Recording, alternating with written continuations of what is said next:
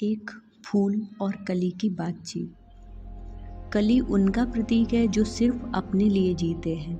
सारी खुशबू, सारा रूप, सारा मकरंद अपने में बंद करके रखते हैं, और फूल जो सब कुछ चमन को लुटा देता है। तो ऐसे ही दो प्रकार के लोग होते हैं। आइए देखते हैं एक बहुत ही प्यारी कविता के माध्यम से कि फूल से यूं बोली कली, क्यों व्यस्त मुरझाने में है। फूल से यूं बोली कली, क्यों व्यस्त मुरझाने में है। फायदा क्या गंध और मकरंद बिखराने में है। तूने अपनी उम्र क्यों वातावरण में घोल दी, अपनी मनमोहक पंखुड़ियों की छटा क्यों खोल दी। तू स्वयं को बांटता है जिस घड़ी से तू खिला, किंतु इस उपकार के बदले में तुझको क्या मिला। तू स्वयं को बांटता है जिस घड़ी से तू खिला, किंतु इस उपकार के बदले में तुझको क्या मिला। मुझको देखो, कली कह रही है फूल से, मुझको देखो मेरी सब खुशबू मुझ ही में बंद है। मुझको देखो मेरी सब खुशबू मुझ ही में बंद है। मेरी सुंदरता है अच्छे अनछुआ मकरंद है। मैं किसी लोलुप भ्रमर के जाल में फंसती नहीं। मैं किसी को देखकर रोती नहीं, हंसती नहीं। मेरी छवि संचित जलाशय है, झरना नहीं। मेरी छवि संचित जलाशय है, झरना नहीं। मुझको जीवित रहना है, तेरी तरह मरना नहीं।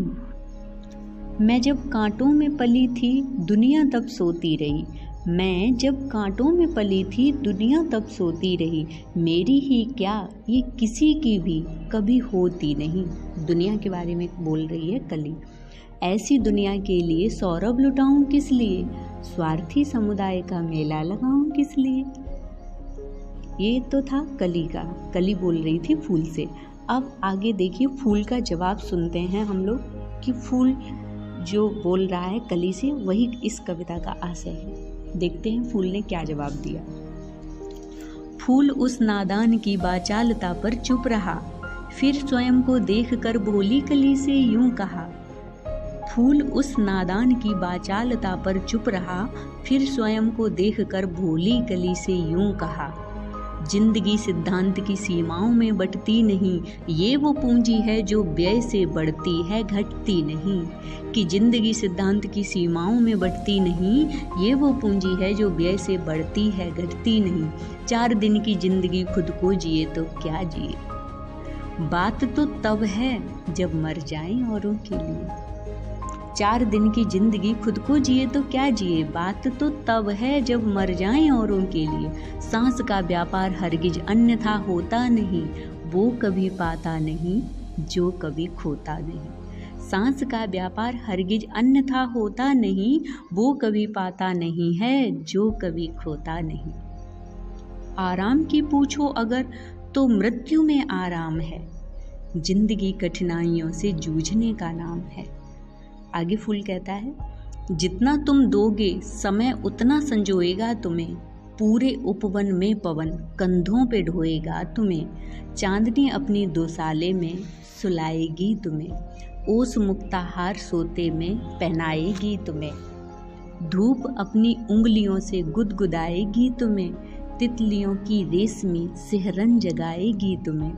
और टूटे मन वाले कलेजे से लगाएंगे तुम्हें, और मंदिरों के देवता सिर पे चढ़ाएंगे तुम्हें।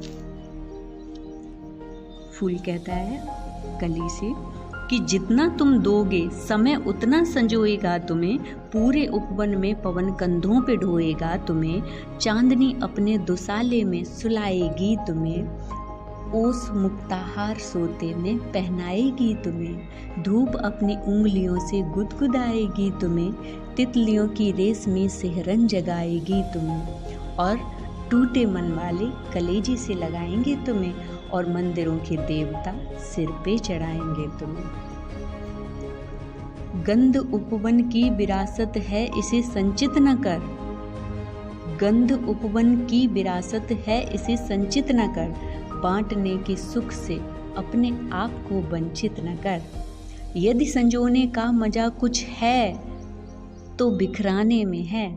यदि संजोने का मजा कुछ है तो बिखराने में है, जिंदगी की सार्थकता बीज बन जाने में है।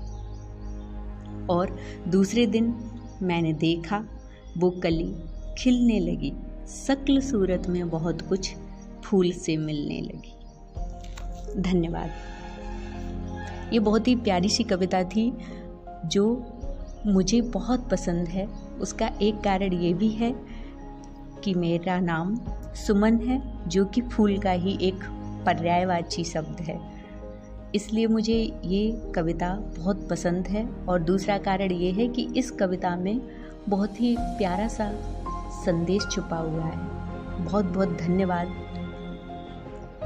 डॉक्टर उदय प्रताप सिंह जी को, जो उन्होंने इतनी प्यारी सी कविता हम लोगों के बीच में रखी।